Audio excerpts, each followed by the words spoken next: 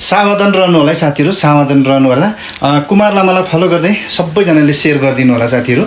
अहिले चाहिँ यतिखेर यो मोबाइलमा चाहिँ विभिन्न लिङ्कहरू चाहिँ आइरहेको थाहा पाइरहनु भएको छ होला। यो लिङ्कबाट चाहिँ धेरैजना ठगिएको कुरा हामीले बुझिरहेको छौँ साथीहरू। अहिले चाहिँ विभिन्न बाहनामा, अहिले चाहिँ फुटबलको बाहनामा यो लिङ्क थिच्नुहोस् अनि यो फुटबल हेर्न सक्नुहुन्छ भन्दै अथवा विभिन्न प्रलोभन देखाएर चाहिँ विभिन्न लिङ्कहरू आइरहेको छ साथीहरू यो मोबाइलमा।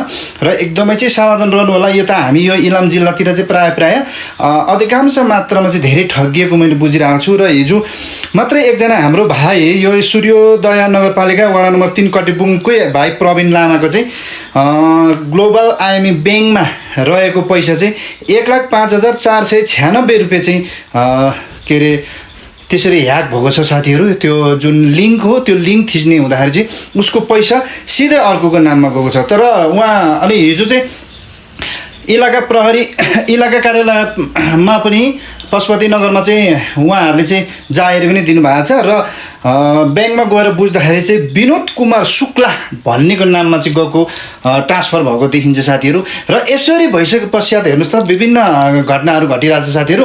तपाईँहरू पनि होसियार रहनु होला। लिङ्कहरू आयो भने कसैले पनि तपाईँले नथिच्नु होला नबुझिकन होइन। प्रायः त अब हामी नबुझ्ने नै हुन्छौँ नि, लिङ्क के को आयो भनेर अब अन्यनमा के अरे तपाईँहरूले चाहिँ थिच्नुहुन्छ अनि त्यसपछि चाहिँ तपाईँहरू आपत्ति पर्नुहुन्छ। आपत्ति परिसकेपछि चाहिँ अनि अब प्रशासनमा धाउनुपर्ने हुन्छ, दुःख पाइन्छ, हुन्छ कि हुँदैन त्यो पनि अब 100% छैन होइन।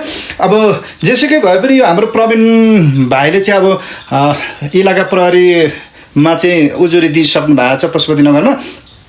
र या त शीघ्र चाँडोभन्दा चाँडो प्रशासनले पनि ध्यान आकर्षण होस् है।